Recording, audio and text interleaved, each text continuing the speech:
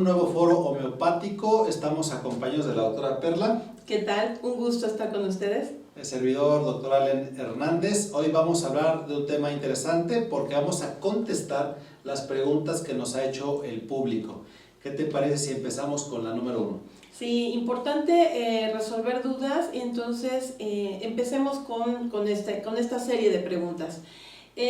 Una de las primeras preguntas que nos han hecho es ¿de dónde se obtienen los medicamentos homeopáticos? Es una pregunta muy recurrente, no nada más aquí en el foro, los mismos pacientes, es muy común que la hagan y es muy interesante abarcar este tema.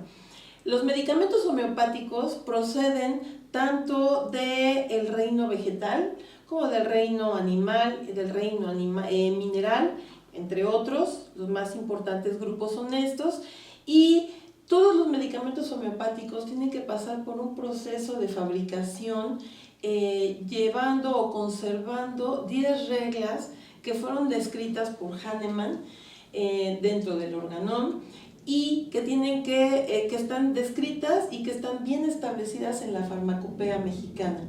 De hecho, cualquier farmacia homeopática que esté validada por la Secretaría de Salud, lo primero que debe de tener es una farmacopea mexicana homeopática, donde viene establecido todo el proceso para poder hacer los medicamentos y no nada más eso, sino todo el proceso para la venta y el expendio de los medicamentos homeopáticos. Sí, la verdad es que la homeopatía se habla de que existen más de 4,000 medicamentos homeopáticos. Es demasiado amplia y, como bien dijiste, a veces el paciente dice, oye, ¿de dónde lo obtienes? A veces son minerales tan hermosos como el oro, como el platino, como la plata, y esos medicamentos como Argentum metallicum, como aurum, tienen muchas propiedades y se ha estudiado bastante bien en la experimentación pura, que cuando algún paciente dice, ¿y cómo compruebo que el medicamento tiene un efecto? Simplemente lo tomas, como se dice en la experimentación, cada 10-15 minutos, personas sanas, y empiezas a tener síntomas que esos mismos síntomas curan al pacientito enfermo. Y se han ido como escribiendo, y entonces la cantidad de personas toman en esa experimentación que tú dices el medicamento, y esos síntomas se repiten, y entonces se repiten y se repiten, ¿no? Entonces así es como te vas dando cuenta que los síntomas están presentes, ¿no? Y eso es lo que curas. Sí, me decía una pacientita recientemente que se tomaba para el dolor de cabeza, y yo le comentaba, no, es que la homeopatía no es un medicamento para cada síntoma físico, tenemos que hablar de las emociones. Y si el dolor de cabeza fue causado porque estabas discutiendo o pensando mucho en los problemas, tenemos que tomar esas emociones para curar un dolor de cabeza, que es muy diferente. Entonces, realmente importante el origen de los medicamentos, y que cuando compramos un medicamento homeopático o nuestro médico homeópata nos da el tratamiento, estamos seguros del origen y el proceso que lleva este medicamento. Así es. Fíjate que aquí tengo otra pregunta que nos dicen, ¿para qué sirve el enneagrama de la personalidad? Que es fabuloso y se ha dado mucho el estudio porque es demasiado importante conocernos a nosotros mismos como número 1, porque si sabemos cuáles son nuestras virtudes y cuáles son nuestros defectos, podemos evitar enfermarnos y sufrir más allá de lo que deberíamos.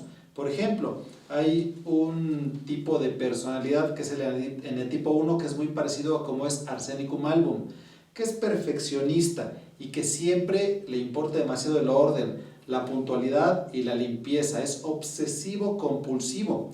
A este tipo de pacientitos les enferma que no sean las reglas como deben de ser, dicen ellos, que siempre van por el mismo camino porque este camino es el perfecto, es el que ellos lo dictan.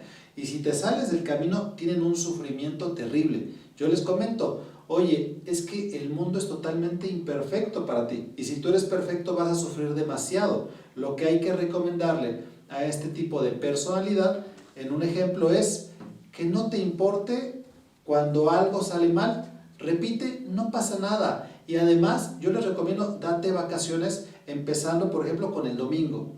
Si está todo sucio, déjalo así y di no pasa nada. Si llegas tarde, por ejemplo, a una función de cine o alguien a una reunión familiar llega tarde, también di no pasa nada. Y después vas ampliando a 2 días o a más horas. Date vacaciones, porque si no te las das y estás demasiado rígido e inflexible, seguramente te vas a enfermar. Entonces, para eso sirve el eneagrama de la personalidad. Si nos conocemos, podemos evitar. Para mí sería como algo preventivo, ¿no? ¿Por qué? Porque si yo logro conocerme, así como estás comentando, doctor, entonces puedo prevenir el tener cuestiones como una hipertensión, por ejemplo, que es tan común cuando estás sobreestresado, la palabra lo dice, por tanta presión a la que estás sometido, el enojo, el miedo. Entonces, cuando tú logras controlar eso antes de llegar a la enfermedad, estás trabajando de manera preventiva. Eso sería el ideal de lo que deberíamos de hacer. Y si podemos llegar a eso, entonces estamos haciendo lo que hemos platicado en muchos de los foros y con muchos de los invitados que hemos tenido, haciendo una mejor persona, porque estás previniendo lo que en un futuro podía complicarse. Sí, el gran objetivo de la homeopatía, que es la gran diferencia cuando nos preguntan alopatía contra homeopatía. Alopatía tratamos los síntomas y con homeopatía hacemos mejores seres humanos y tratamos las emociones. Es un tratamiento curativo. Sí, totalmente. Pues siguiendo con las preguntas, muy relacionada a la anterior que nos hicieron sobre del origen de los medicamentos, otra pregunta que surge mucho es ¿cómo se presenta el medicamento homeopático? Las formas de presentación. La verdad es que las formas de presentación son totalmente, está muy abiertos. Las que más se utilizan en el medicamento homeopático vienen en presencia o lo que nosotros llamamos glóbulos, es el más común, o en gotas, en líquido.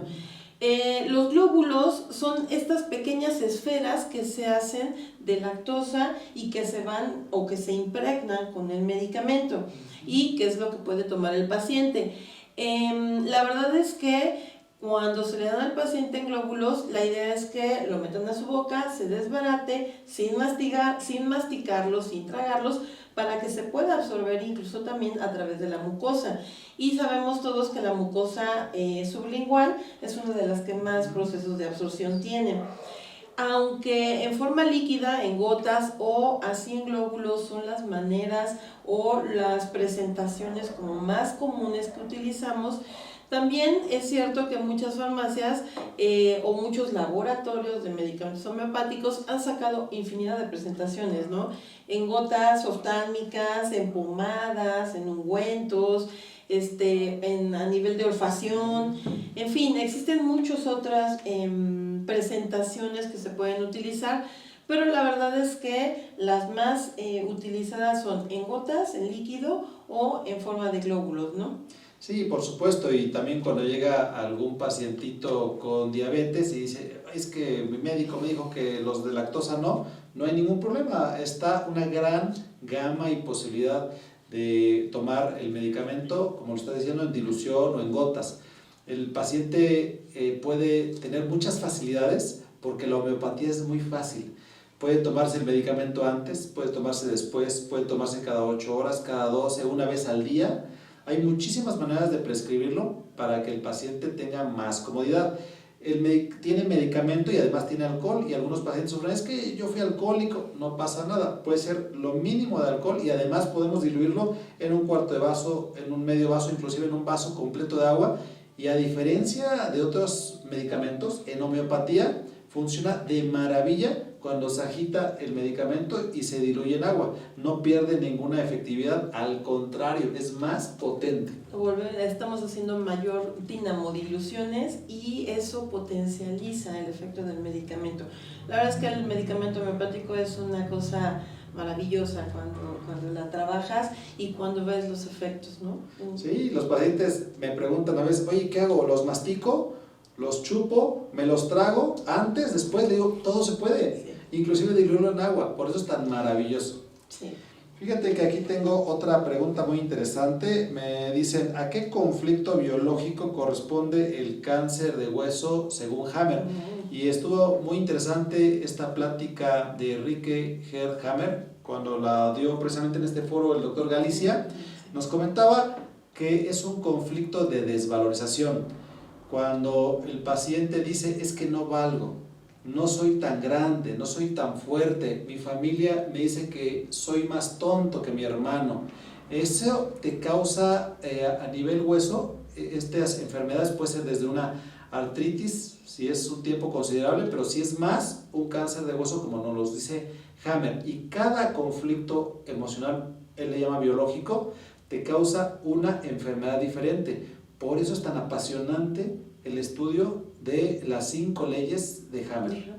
Aquí específicamente la pregunta va basada a cáncer como una enfermedad, pero lo que tú estás diciendo, todas las emociones no manejadas o no pudiéndolas controlar nos van a llevar a nos van a desencadenar en un proceso de enfermedad que se puede revertir si nosotros entendemos y podemos trabajar con esto que nos está iniciando la enfermedad, ¿no? Sí, ahorita me acordé de una paciente que vi el día de hoy que también me dijo, es que me asustaron demasiado, me dijeron, tienes esta enfermedad, y en ese momento empecé a sentir algo en la garganta y a los 2 días empecé con tos. Un conflicto de miedo frontal puede afectar demasiado también a las vías respiratorias. O la pacientita también tenía un problema legal por un terreno y a la semana empezó con un problema de cistitis por el marcaje del territorio. Y así podemos ir ejemplo por ejemplo de cada órgano. Es fascinante. Esto de Hammer que ya lo estamos asociando a la homeopatía. Entonces, cuando logramos combinar, y lo hemos platicado en algunos otros foros, cuando nos acompañó el doctor Galicia, cuando ha venido el doctor Germán González, cuando logramos compaginar el estudio de la homeopatía, que es tan amplio y tan grande, y tenemos herramientas tan útiles como la medicina biológica, y cuando utilizamos el enneagrama, logramos realmente llegar al fondo de lo que está ocasionando el problema en nuestro paciente, y ahí es donde logramos esas verdaderas y apasionantes curaciones. Sí, la verdad es que es maravilloso. ¿Qué otra pregunta tenemos? Por aquí tenemos otra pregunta, dice, estoy empeorando con el tratamiento que me mandaron, ¿dejo mi tratamiento o continúo con él? Bueno, el recrudecimiento de los síntomas puede ser una reacción como muy pasajera. Nosotros, algunos de los foros que también tuvimos, hablamos sobre estos que son como los procesos que pueden ocurrir cuando damos un tratamiento. Entonces, aquí puede ocurrir que a veces este proceso sea como muy pasajero, que el organismo esté reaccionando y que después se pueda regular, o si el problema se mantiene, este problema de empeorar con el tratamiento, entonces sí es importante asistir con el médico homeópata que lo consultó para que podamos tratar estos síntomas. Siempre hemos comentado en este foro que lo importante es asistir con su médico homeópata para establecer desde el tratamiento hasta las dosis y todo este tipo de cuestiones de mejoría o cuando se agrava con algún tratamiento, ¿no? Fíjate que también se relaciona mucho con una pregunta que me dijeron, cómo saber si di el medicamento correcto cuando regresa el paciente a consulta. Eso es bien interesante, qué hacer en la segunda consulta. Y el pacientito llega, a veces no sé si le di el medicamento correcto o no, cómo cambiárselo. Ahí yo les recomiendo muchísimo estudiar las observaciones de Kent y las de proceso. Y de una manera, digamos, un poco sencilla, si el paciente regresa contigo y está con más síntomas como de gripa o síntomas exonerativos, es muy buena noticia. Todo aquello que sale del organismo, orina, heces, sudor, está limpiando, por así decirlo, a nuestro cuerpo. Vamos por buen camino.